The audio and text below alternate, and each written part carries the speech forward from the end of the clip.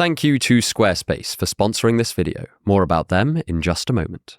God whispers to us in our pleasures, speaks in our conscience, but shouts in our pain. The problem of evil. Or, if God exists, then why do bad things happen? This is one of the oldest theological and philosophical problems in history, so much so that now it's almost a bit of a meme. But with all of this popularity and fame, the actual details of the argument, and the more interesting responses to it, can quickly become lost. And this is a shame, because the problem of evil is not only a great introduction to the philosophy of religion, but also to key logical principles that will help you think more clearly in whatever field takes your fancy. Get ready to learn the difference between pleasure and virtue, how God may be definitionally good, and why this question has had people locked in a theological stalemate for thousands of years. This sort of goes without saying, but obviously the problem of evil is a massive topic, and this is just a taste of what is out there. To lay my cards on the table, I am an atheist and have been for many years, so bear that bias in mind when you're watching.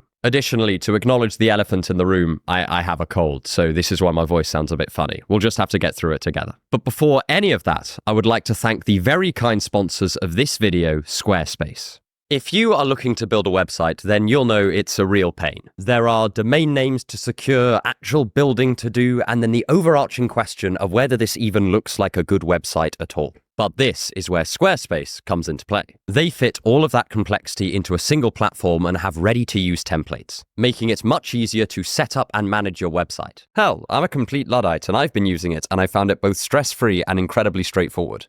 Head to squarespace.com/unsolicited advice and use the code unsolicited advice to get 10% off your first purchase of a website or a domain. Thank you again to Squarespace. Thank you for watching, and let's get back to the video. 1. The problems of evil. The first thing to bear in mind when looking at this issue is that there is not just one problem of evil. There are loads of them, and each of them has a slightly different scope, as well as subtle distinctions that often get lost when it comes to public discourse around the problem of evil. Pretty much all variants on this problem suggest that there is some tension between the classic three properties of a theistic God, omnipotence, omniscience, and omnibenevolence, and the empirical fact that there is evil in the world. For the record, omnipotence just means all-powerful, omniscience means all-knowing, and omnibenevolence means all-good. The general idea is that if God could do anything, then he could get rid of evil. If God knew everything, then he would know about all of the evil in the world. And if God is infinitely good, then he would desire to eliminate all evil. So if evil still exists, then that raises a prima facie challenge. Why hasn't God destroyed all the evil and left only the good? But there are different ways of proposing this general criticism. The first is to suggest that the existence of God is logically incompatible with the existence of evil. So, let's take an example of something evil, say the one from the Brothers Karamazov about a child being torn apart by dogs. Someone putting forward the logical problem of evil would say there is no possible way to justify this. It is wrong in every single possibility. And thus, the fact this event took place is logically incompatible with the existence of a God that is good and can stop it. Now, this is a pretty strong claim. It is not just suggesting that the existence of evil poses a challenge to God. It is saying that there is an outright contradiction between God and evil. This is probably the most extreme version of the problem of evil, and for reasons we'll get into later, it is also the least popular one today. On the other hand, the evidential problem of evil is a much more moderate version. According to this, it is not that God's existence is outright contradictory with the existence of evil, it's just that they are naturally in tension, and that this tension needs to be resolved. In other words, here, evil is presented as evidence against the existence of God that must be explained away if the God hypothesis is to remain tenable. Sometimes this is best understood with an analogy. Imagine that I told you that I loved you, that I cared for you deeply, and that I wanted what was best for you. But every morning, I drove to your house and I threw a rock through your front window. It could be that this was done not out of malice, but out of love. Say I had special knowledge that there was a murderer who lived in your area, but had a deep fear of broken glass, and I was just trying to protect you. Then my actions would arguably be benevolent. Nonetheless, this is not the most plausible way to explain my behavior. It is more likely that all of those lovely things I said were just false, and obviously I didn't want the best for you after all. The evidential problem of evil is a bit like this. It is not that it's impossible that God could allow evil, it is just evidence against God's existence that demands an explanation. This is a much more conservative claim than the logical problem of evil, because the logical problem of evil only needs the bare possibility that evil and God can coexist in order to refute it. The evidential problem of evil has a lot of technical formulations in terms of Bayes' theorem, which is very interesting, but I'm not going to get into it now. The main thing to bear in mind is that this version says God is less plausible in a world that has evil in it than a world that does not have evil in it. Some people may say it is very strong evidence against the existence of God to the point of making God implausible. But a weaker variant might just say it makes God less likely, but God is still very likely. Now, because many of us will be familiar with the problem of evil, it is very easy for this discussion to become abstract. So I want to bring it down to earth a little bit. To totally refute the problem, the theist would have to persuasively show not just that evil is compatible with the existence of God, but that every single individual instance of evil in our actual world is unproblematic for God's existence. This is because of the omni part of omnibenevolence. God does not just have to be good, but all good, without a hint of evil in him. So that means that if there is even one example of some evil that cannot be reconciled with God, then the theist's thesis is thrown into doubt. This is just a reflection of the fact that omnipotence, omniscience, and omnibenevolence are quite ambitious philosophical things to argue for. It's one of the reasons why I actually have a whole lot of respect for theologians working in this area. It is a really juicy bit of philosophy. It just also makes completely solving the problem of evil quite a high bar to get over. Obviously, partial solutions are less difficult, and some combination of these partial solutions might go a long way to solving the problem. There is no reason why a theist would have to have one knockdown objection, as long as all of their points don't contradict one another. The nice thing about the problem of evil is that it's a really intuitive argument. Pretty much everyone agrees that there is suffering in the world and that that is broadly a bad thing. Almost no one starts with the position that we live in the best of all possible worlds unless they've been knee-deep in Leibniz. So then the theist can take one of two paths. They can either deny that God is omnipotent, omniscient, and omnibenevolent, or they can in some way attempt to justify the evil in the world. The first path is essentially conceding defeat, so most responses to the problem of evil aim to show that, despite initial appearances, there are very good reasons for evil to exist in the world. And this type of argument is very clearly articulated in C.S. Lewis's brilliant book, The Problem of Pain. So, let's see what he has to say. 2. Goodness beyond pleasure and evil beyond pain.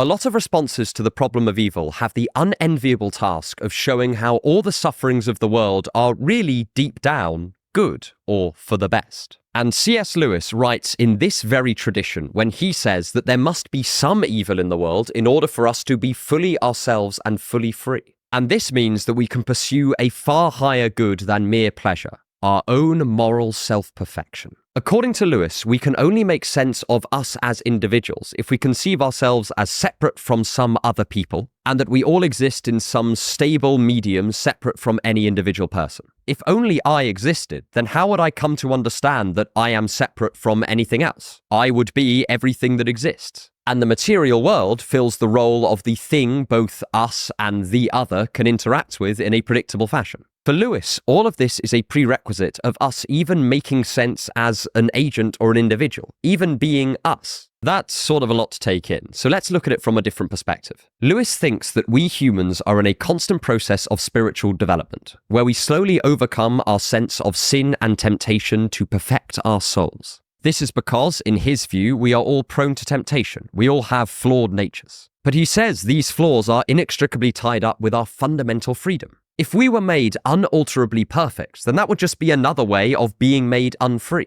because we would not have chosen this perfection. We would not have had the opportunity to sin and turn away from God. But for him, this is only possible in a world that is not wholly good. Partly because it would mean people would not be free to make evil choices, but also because if the world itself was perfect, independent of us, then we would also not have evil presented to us as a choice. Since evil would never be a conscious option we had ever encountered, then we would be unfree via our ignorance. For Lewis, it is not just humans that need the possibility of being good or evil, it is the world itself. So his answer to why do we not live in a perfect world would be because that so-called perfect world would be imperfect in a greater sense. We would never get to undertake our higher purpose as free individual human agents if the world was perfect. So for Lewis, the perfect world where nobody suffers would be worse than the one we have now. He has a conception of what is good that is far broader than mere pleasure and pain. In a lot of ways, this is a really sophisticated response. It goes beyond just explaining the evil done by human decision-making and goes some way to addressing why the world itself is imperfect too. You can't explain away a tsunami with human free will. Additionally, it melds very well with the general concept that we live in a fallen world from Christianity. The idea that humans continually choose sin and must strive for self-perfection in order to eventually achieve union with God. There's a lot of theology ticking along in the background here, and I can't address it all in this video. And at the very least, it is plausible this will justify some level of evil in the world, enough to grant us free will and present us the option of making evil choices. But then, this touches upon an aspect of the problem of evil that is very pertinent once we get down to the weeds of the argument: the issue of scale.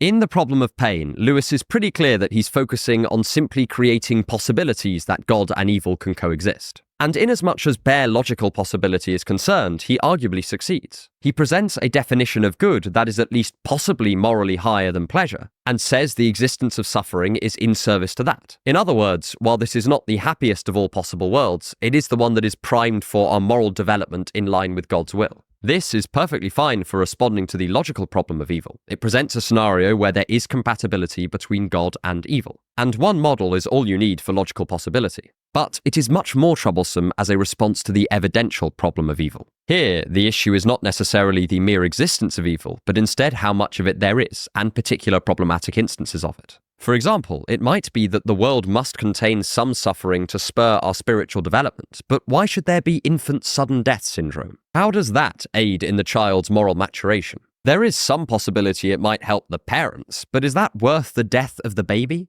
At the very least, it is a difficult task to think of a possible justification, especially if we consider that God is omnipotent. So if he can do any logically consistent thing, we would have to say that there was no other way to achieve his overall goal that required less evil than this. All the other means were worse. Again, I'm not saying this definitely isn't true. Someone can bite this bullet and affirm this point, but it is, at the very least, a difficult pill to swallow. You first have to accept that these events are possibly justifiable if enacted by an agent, and then elucidate why. Of course, there is a much more simple way to solve the problem of evil, and that is to identify God's will with goodness itself. This response is often overlooked, but I find it genuinely fascinating because it is a totally different approach to the entire issue. So, let's dive into it. 3. Divine command theory. In Plato's Euthyphro, the character of Socrates confronts an Athenian on the steps outside the courthouse, and, in classic Socratic fashion, begins to ask him about the nature of goodness and piety. The definition that Euthyphro proposes is a nascent version of what will eventually be called divine command theory. He says that the will of the gods is not just good incidentally, but good definitionally. In other words, X is good and X is divinely willed do not just coincide, they are actually synonymous. There is no goodness without God, and there is nothing in God's will that can be anything other than good. You can see this perspective shining through in the work of great theologians like St. Thomas Aquinas. In Aquinas' fourth way, God is not good in the same way you or I might be good, but he is the summum bonum, the thing of which all good things partake and is what makes them good. And things are only good inasmuch as they resemble God. If you are already amenable to the existence of some God-like being, this position is quite attractive. It's intuitively appealing that the designer and creator of the universe might also be able to set the rules. He made all of the physical facts, so why would he not make all the moral facts as well? Some theists have even said that we cannot make sense of morality outside of the context of a theistic God. C.S. Lewis very nearly makes this point himself in The Abolition of Man, where he says that a lack of belief in God will lead to moral relativism, which will in turn lead to an inability to make sense of good and evil. This argument is also sometimes put forward by William Lane Craig, though sometimes it's unclear whether he himself believes it or if he is presenting it for pedagogical purposes. This method is importantly different from the previous section because it aims to solve the problem of evil a priori. That is, without relying on any observational facts about the world, purely using definitions and deductive reasoning. If you accept this form of divine command theory, then the problem of evil actually becomes outright contradictory. Asking if God's will were evil would be like asking if circles have corners. It is not a possibility we could even entertain. It's worth noting that divine command theory is used to refer to a variety of views, but I'm using it in a more narrow sense here to mean the equivalence of God's will and goodness. Obviously, if you accept this view, then the problem of evil just evaporates. This is a pretty attractive response for a lot of theists. Internally, it makes their worldview consistent again, but it also cements God's omnibenevolence as not just a contingent truth, but an analytic one. The trouble is, if you're not already a theist, this can be a difficult point to accept. The idea that anything God wills is in itself good requires that we accept that if God willed something we would normally consider evil, then it would become good, at least in that instance. So if instead of "thou shalt not kill," God happened to have said "kill all you want, no skin off my nose," then this would have made killing morally permissible. This is a well-known difficulty of divine command theory, and it's one theists have been grappling with for centuries, so there are responses to it. One possibility is to say that what God wills is not just a matter of contingent fact. God does not have contingent properties, only necessary properties, and as a result, what he wills would be exactly the same in every possible world. Here, the idea that God would have willed killing to be okay in some other possibility, again, becomes like asking if circles could have corners. Although all things are possible through God in the sense that God's will could do anything, it is also necessary. His decision-making is prefixed and will only ever follow one path. On a side note, this does also raise the question of what omnipotence means in this worldview, because it's normally cashed out in terms of the ability to do anything, but here God can't do anything. In fact, he can only do one set of things. Additionally, this view has its own difficulties. By making God's will both necessary and definitionally good, we inevitably invite the question, what logic is dictating that necessity? Even if we concede that God's will could not change, what internal reasoning is guiding his decisions? In effect, if God is agential and his will is definitionally good, with no higher principle than God himself dictating his positions, then what is keeping his decisions in place in every possible world? Surely, from his point of view, every decision he could possibly make is just as good as any other, since all of them will, at the point of decision-making, become good via God's inherent goodness. This is the other part of the Euthyphro dilemma. If God defines goodness, then from God's perspective, every single thing he does is entirely arbitrary, morally speaking. Every decision is as good as every other because they all, by definition, accord with God's will. Of course, there are responses to this as well. A great many theologians do not conceive of God as acting in quite the same way that you or I might. Instead, he is thought of as creating and directing the entire universe in a single movement, in a way that simply follows from his properties. God's decisions are less like that of a material agent and more like the consequences flowing downstream from a set of logical axioms. But divine command theory faces another objection in the form of the open question argument. This was first posed by G.E. Moore and argues that we cannot reduce moral goodness down to any other property analytically, because it is always an option to ask, yes, but is that really good? For instance, if a utilitarian argues that goodness is the same as pleasure and whatever creates the greatest gross pleasure is the best course of action, it is always open to us to ask, yeah, but is pleasure really good? It is a perfectly sensible inquiry, even if the interlocutor has a response. But this is very different to when we ask about other definitions. If I ask, does a rectangle have 4 sides, then the question doesn't even make sense. It is as absurd as asking, is a rectangle a rectangle? But this argument does not just apply to naturalistic reductions of goodness, it works for theological ones as well. I can ask, but is God's will really the same thing as goodness? In fact, many people do. And the question does not seem bizarre, like the hypothetical one about the rectangle, but is instead perfectly sensible. So anyone taking the route of divine command theory must in turn explain why God's will defining goodness does not function like our ordinary definitions. There are some ways you might go about doing this. One I can think of is to draw upon Frege's sense-reference distinction. But it is, nonetheless, an open challenge. But finally, I want to look at one of the most flippant responses to the problem of evil, but one that I find very philosophically interesting, despite the fact that it is usually dismissed by atheists. 4. The Incomprehensibility of God. In the biblical book of Job, God allows his loyal and pious servant Job to be tortured in a variety of abhorrent and unbearable ways. He is thrown into poverty, his family is killed, and he is given painful boils all over his body. Throughout all of this, Job remains faithful to God, and when the Lord is asked why he allowed all of this to happen, God replies by proclaiming his own greatness. He reminds Job that it was he, not Job, that created the heavens and the earth. It was he, not Job, who held the power of life and death in his hands. And it is he, not Job, who controls the divine providence of the universe. He says, "Shall a fault-finder contend with the Almighty? Anyone who argues with God must respond." The message here is pretty clear. It is not for us humans to question what the divine being does or what his plan is. Many things we think are good may in fact be evil, and many things we think are evil may turn out for the best. Attempting to understand God's decision-making would be like an ant trying to make sense of Shakespeare. Sure, they might be able to register that there are, in fact, ink trails, but any detailed knowledge of the text would be beyond their capabilities. If there truly is a God of infinite wisdom and infinite power, far beyond anything any of us could ever achieve, then surely we should kind of expect him to make decisions that seem totally bizarre to us, or maybe even outright evil. When I was a toddler, I did not register that my parents' punishments were for the good of my later character, but with the benefit of hindsight, they do not seem cruel, but positively kind.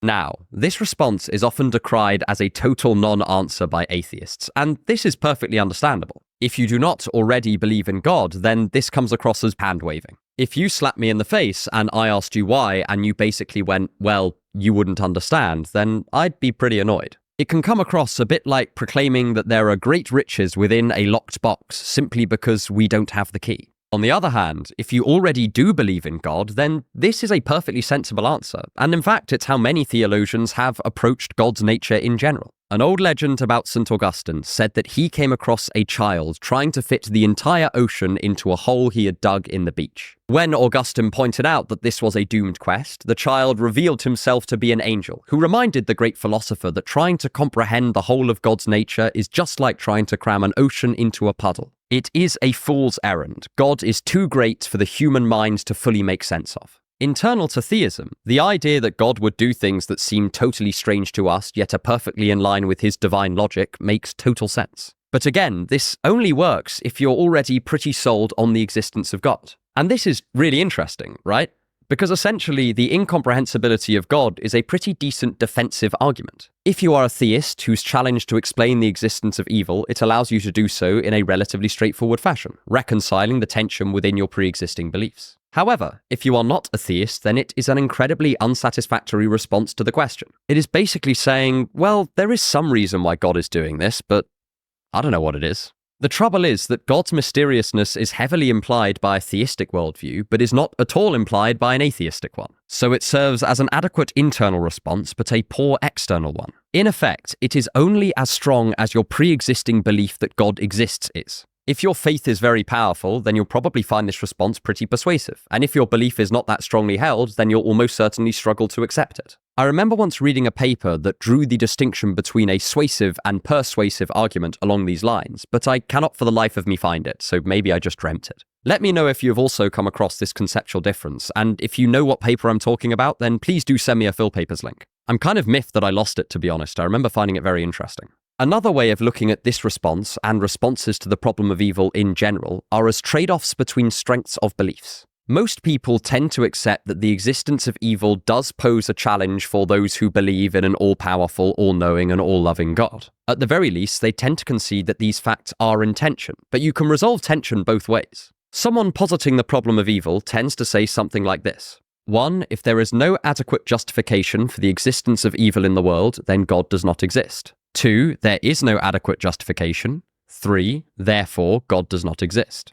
This is a modus ponens argument. Its structure is if A then B, A, therefore B. But someone with very deeply held theistic beliefs can reverse the argument into a modus tollens one. 1. If there is no adequate justification for the existence of evil in the world, then God does not exist. 2. God does exist. 3. So there must be some adequate justification for the existence of evil in the world. This argument is instead of the form if A then B, not B, therefore not A. Of course, in practice, people don't just believe things or disbelieve them, they believe them with certain degrees of confidence. If you have a higher confidence that God exists, then you are more likely to posit that there must be some reason evil exists that we cannot understand. And provided that you have good independent reasons for thinking that God exists, there is nothing necessarily circular about this response. It is an epistemic trade-off. And these trade-offs are not limited to theology. One example from the history of science is when the existence of Neptune was posited to explain the wobbly gravitational path of Uranus, which would make the observation compatible with the laws of Newtonian mechanics. And they turned out to be right. Of course, the planet Vulcan was also posited to explain the strange path of Mercury, but that observation turned out to only be explicable by introducing general relativity. So it is hardly a foolproof strategy. We are all working with incomplete information sets. It's a prime example of an aphorism that is thrown around a lot amongst logicians. One man's modus ponens is another man's modus tollens. But I want to focus on this point to draw out a general theme in the philosophy surrounding God's existence. Interestingly, I see a lot of people throw out the idea that it is inherently irrational to believe in God or inherently irrational to disbelieve in him.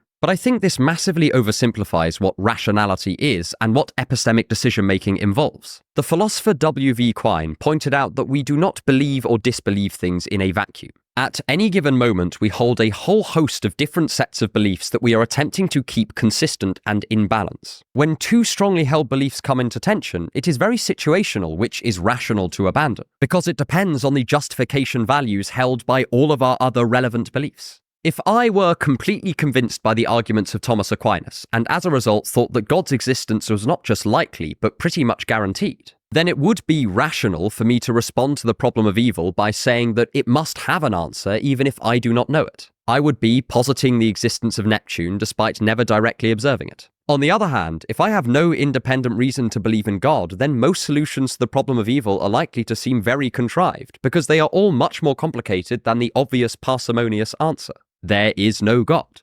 The point is that the rationality or irrationality of someone's position is unlikely to be accurately judged without taking their entire web of beliefs into account. When we are trying to resolve a contradiction, we essentially have a choice whether to abandon our belief in P or in not P. But which of these choices makes sense is going to depend on all our pre-existing beliefs, their relative justification, and the logical connections between those beliefs. This is one of the reasons why I love the philosophy of religion. You come across lots of issues that shed light not just on the issue of God, but also on the nature of good argumentation, thought, and rationality itself. We started with the problem of evil, but have ended up asking what even makes a good response to an argument, and to what extent it depends on what you already believe in. And I've only covered an infinitesimally small fraction of the literature out there in this video, so it's worth digging into if you ask me.